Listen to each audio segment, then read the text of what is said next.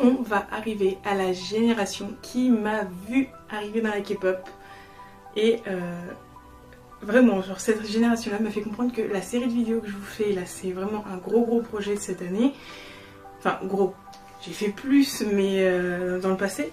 Mais vraiment, ce projet de vidéo là de l'histoire de la K-pop, c'est vraiment incroyable. Parce que même moi, je m'attendais pas à apprendre autant de choses sur la K-pop parce que j'y suis quand même depuis plusieurs années et je m'attendais pas à apprendre autant de choses. Donc là c'est pareil, je fais la même chose que dans la génération d'avant. À partir de la deuxième génération, vous allez voir que il y a beaucoup trop de choses à dire, comme il y a beaucoup plus de groupes qui débutent et donc je peux pas parler de tout le monde. Mais je vais me concentrer sur les choses les plus importantes et donc du coup je vais faire l'impasse sur certains groupes, sur certains sujets.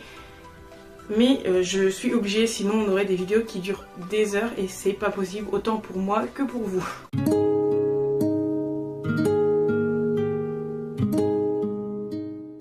La troisième génération de la K-pop commence en 2012, donc à la suite de la deuxième, la troisième commence en 2012 et c'est vraiment la génération qui va voir l'expansion de la K-pop mondialement. Girl Generation fut le premier groupe à vraiment avoir des promotions aux États-Unis. Leur single The Boys a été créé pour plaire à l'audience américaine, en faisant appel à un producteur qui avait travaillé avec de grands noms comme Michael Jackson. Les Girl Generation passeront plusieurs fois à la télé américaine avec The Boys, mais également à la télé française. Il faut savoir que la K-pop aussi devient plus accessible au public américain parce que à part le SM Town et les Wonder Girls qui avaient fait la première partie des concerts des Jonas Brothers, bah, la K-pop est pas autant connue que ça et les idols ne vont pas aux États-Unis ou alors enfin, très peu. Et donc là on va vraiment avoir le droit à aux promotions aux États-Unis.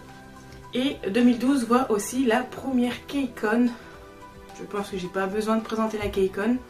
La première K-Con à Los Angeles. La première édition fut un succès avec plus de 20 000 personnes ayant assisté au concert. La K-Con est devenue un rendez-vous de K-pop international et a eu lieu dans 8 autres pays après ça, dont la France en 2015. Si je vous dis le fait le plus marquant de 2012 et je pense le plus gros coup de pouce à la K-pop, c'est fait grâce à un monsieur qui a des lunettes, c'est pas compliqué, a des lunettes et s'est mis à faire la danse du cheval. Vraiment, Psy en 2012 en sortant Gangnam Style va vraiment faire exploser la K-pop à l'international puisque le clip, la musique va passer partout et pas qu'aux États-Unis, hein, vraiment partout. Je pense que tout le monde se souvient, si vous êtes dans mes âges, avoir déjà dansé sur Gangnam Style. Moi, quand je l'écoutais à l'époque, je ne savais pas du tout que c'était la K-pop. Je m'éclatais juste parce que le gars, il faisait une chorégraphie facile, tout le monde la faisait. Ça a fait un buzz sur internet, donc tout le monde le refaisait. C'était devenu une trend. Genre, aujourd'hui, ça serait l'équivalent d'une trend TikTok qui a trop bien fonctionné. En plus de Girl Generation et de Psy, Big Bang, j'ai pas besoin de présenter Big Bang, va aussi permettre à la K-pop de plus s'étendre puisque Big Bang va être le premier groupe à faire une tournée mondiale incluant des dates aux États-Unis et donc les fans, voilà, ça va grossir et donc du coup encore expansion de la K-pop. Après leur succès avec Roly Poly, T-ara sort un plus gros projet, Cry Cry en novembre 2011, suivi de Lovely Dovely en janvier 2012. Les deux MV sont à regarder à la suite. Le premier est le plus long MV de l'histoire de la K-pop.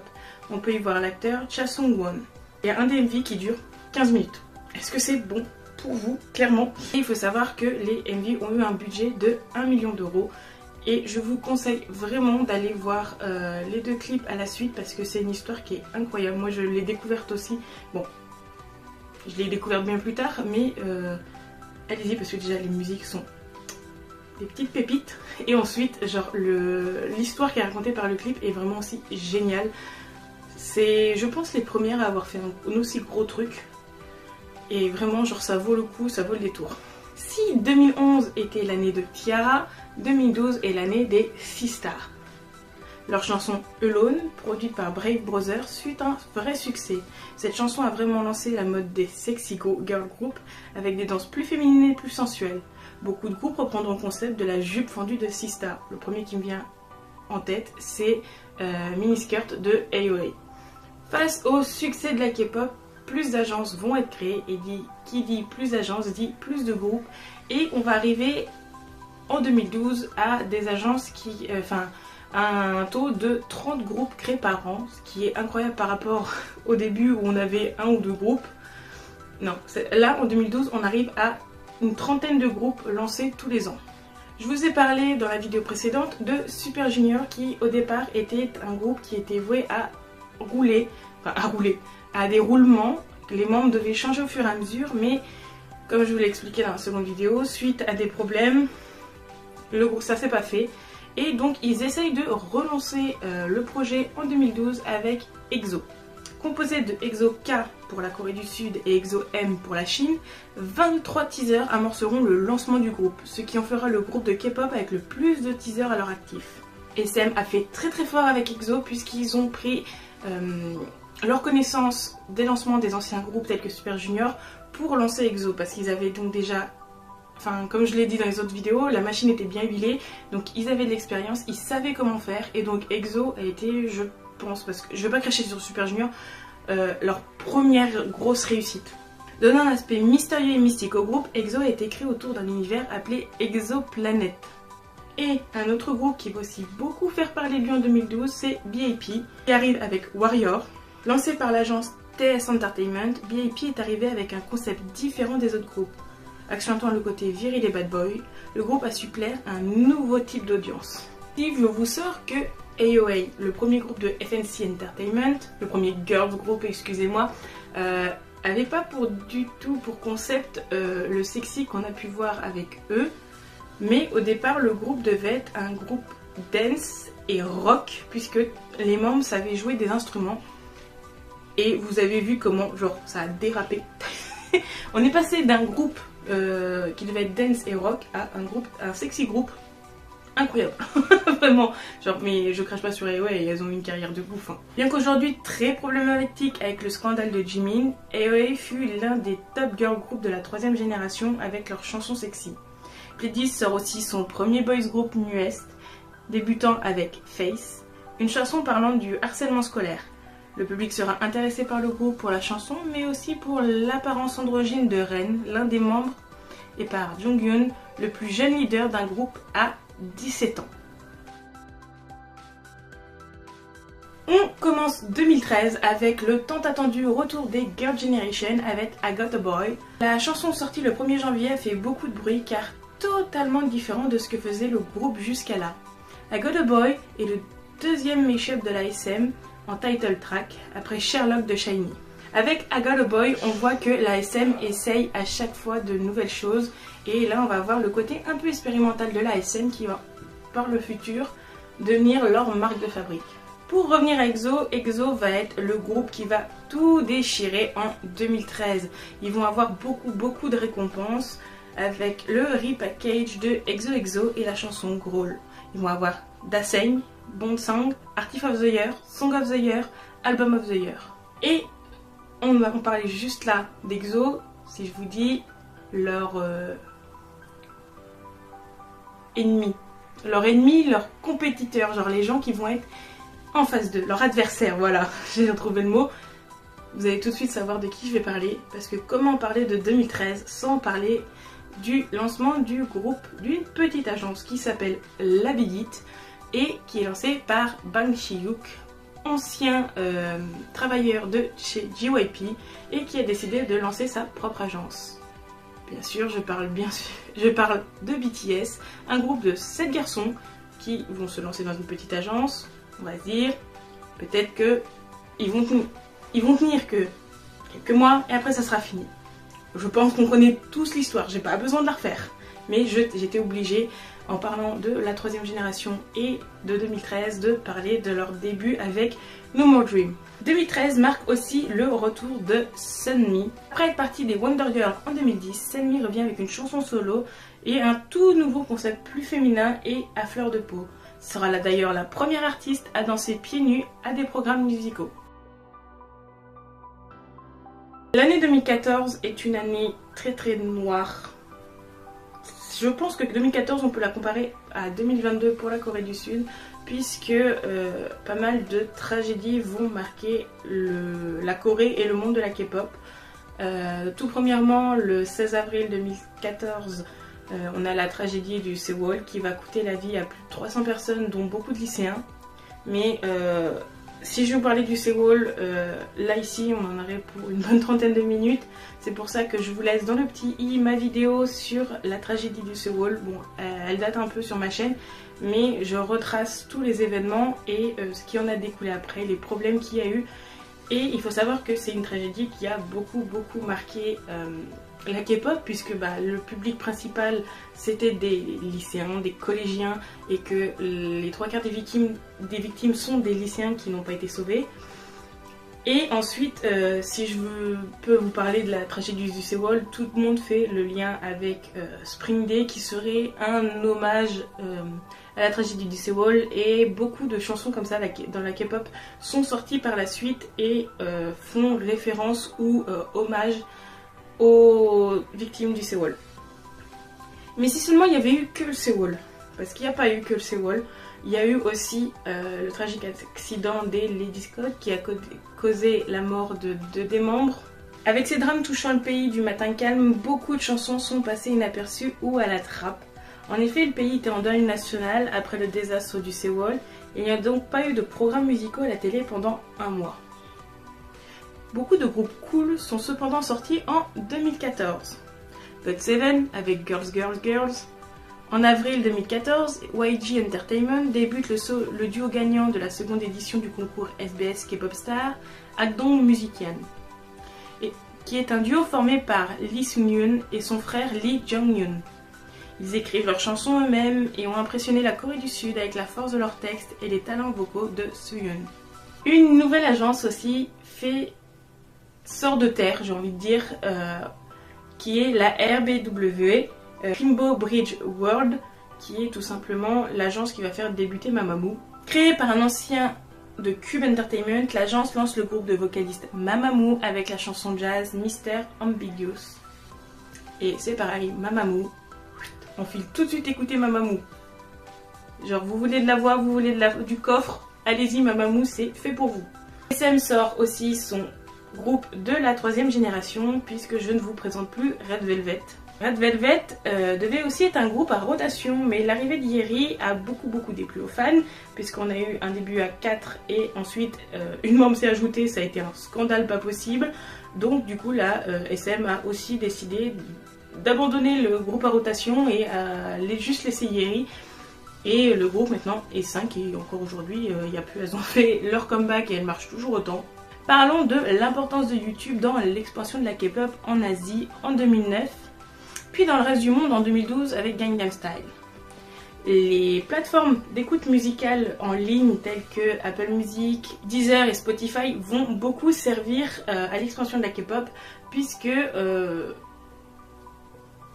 on va dire qu'au début, être sur internet, tout ça, internet est assez récent à cette époque-là. Si je me souviens bien, YouTube a été créé en 2008, 2004 ou 2008, je sais plus. Donc c'est très récent. Donc le système d'aller, nous, aujourd'hui, ça nous paraît logique d'aller sur YouTube pour écouter nos groupes de K-pop. À l'époque, les gens ne le faisaient pas. Nous, on arrive, on tape le groupe de K-pop, hop, on clique, on a notre musique. Mais à l'époque, c'était pas du tout un automatisme de faire ça. Donc du coup, les plateformes de streaming musical ont aussi beaucoup servi, puisque les gens, au lieu de télécharger tout ça, allaient sur par exemple Deezer ou Spotify et taper leur groupe et écouter, sachant qu'en plus, les plateformes de musique comme ça, ça sert au groupe de K-pop par rapport, bon vous allez me dire les vues sur YouTube aussi, mais si on prend par exemple quelqu'un qui télécharge les musiques sur son téléphone, vous avez tout à fait le droit de le faire, mais à chaque fois qu'il va l'écouter, ça ne va rien rapporter aux artistes. Mais sur les plateformes d'écoute musicale et sur YouTube, une vue, une écoute correspond à de l'argent. Donc c'est sûr que je pense que les agences préfèrent qu'on écoute sur YouTube et sur les plateformes musicales que sur nos téléphones.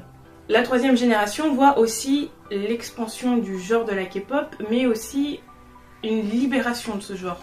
Puisqu'avant on avait vraiment genre les boys group qui étaient genre en mode viril, il fallait faire des trucs genre bien mec quoi. Et les filles qui étaient soit c'était du mignon, soit c'était du sexy. Là, avec la troisième génération, on a des groupes qui vont partir tout à fait ailleurs. Par exemple, on va avoir le style horreur, je pense tout de suite à Dreamcatcher qu'on a fait son style. Des groupes qui vont au contraire faire un peu tous les styles, toucher un peu à tout.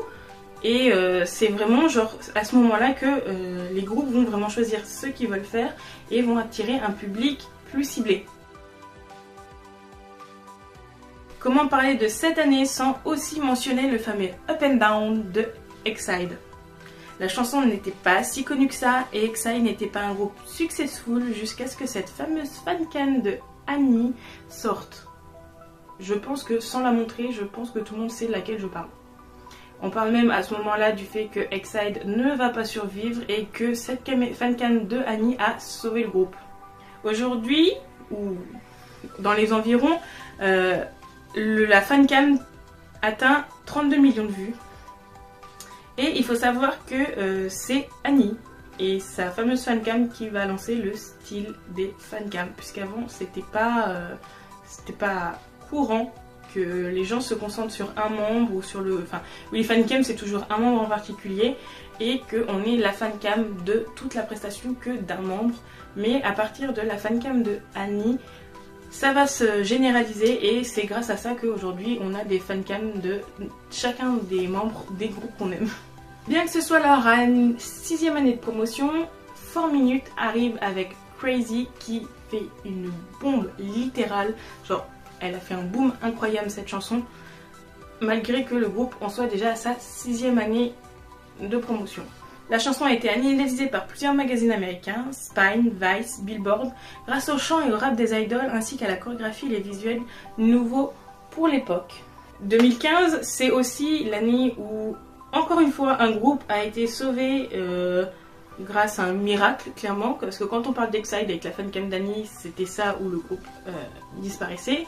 On peut parler aussi de 2015 et des BTS qui, logiquement, selon la rumeur, sans le succès d'I Need You, le groupe serait parti aussi, n'aurait pas fonctionné puisque, comme tout groupe, ils avaient leur petit homunculus de fans autour d'eux, mais apparemment c'était pas suffisant, l'agence n'avait pas assez les moyens et si I Need You n'avait pas marché comme elle a marché, on n'aurait pas les BTS aujourd'hui.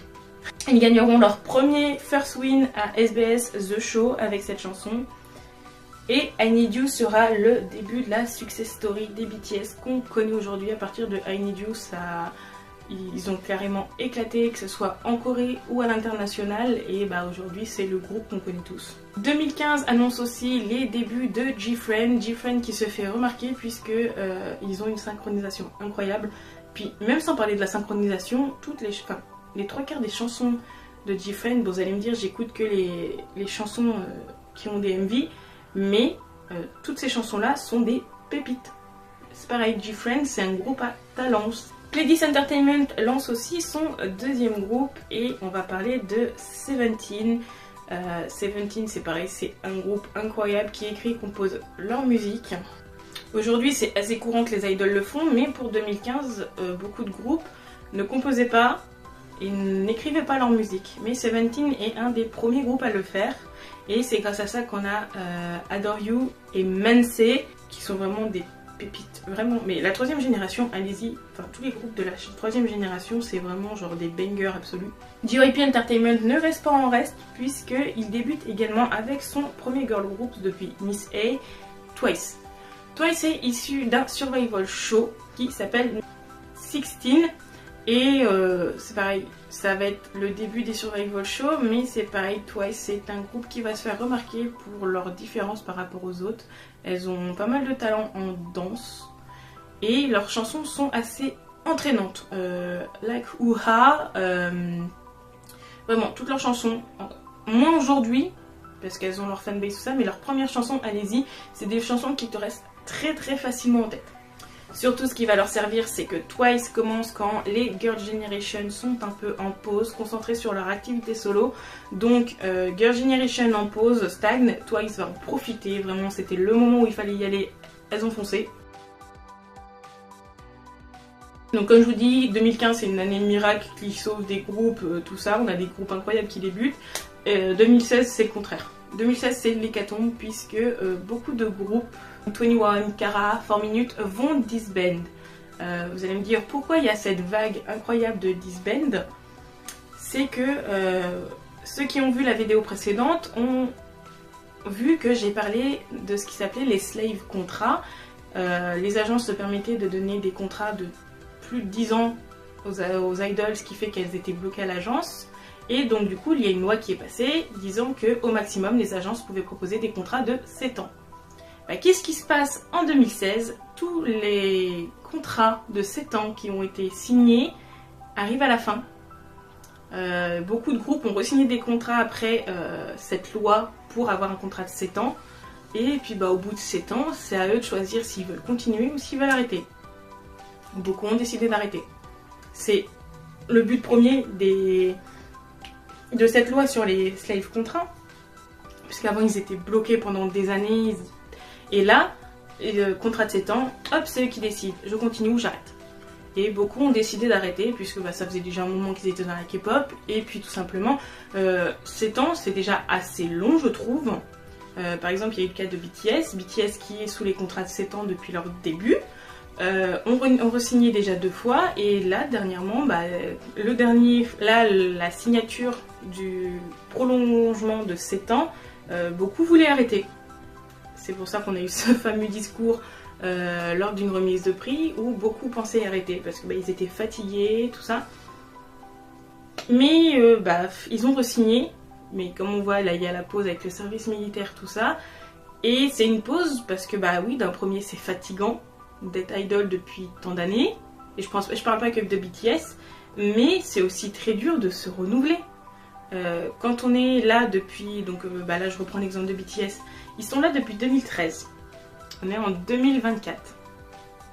Ça va faire 11 ans qu'ils sont ensemble. En 11 ans, on a fait le tour musicalement, surtout qu'eux sont passés par plusieurs genres. À part s'ils se mettent à faire du cute et du kawaii, ça irait pas du tout. Mais ils le disent que même eux, ils veulent faire une pause parce que musicalement parlant, ils ont un peu fait le tour, qu'ils ont besoin de se reposer, de se ressourcer pour avoir de nouvelles idées. Et comme je vous l'ai dit, 2016 voit aussi l'arrivée des survival shows et là, on en a à la pelle. Si je devais vous mettre la liste des survival shows, on n'en serait pas fini. Mais donc, il y a des survival shows de tout type.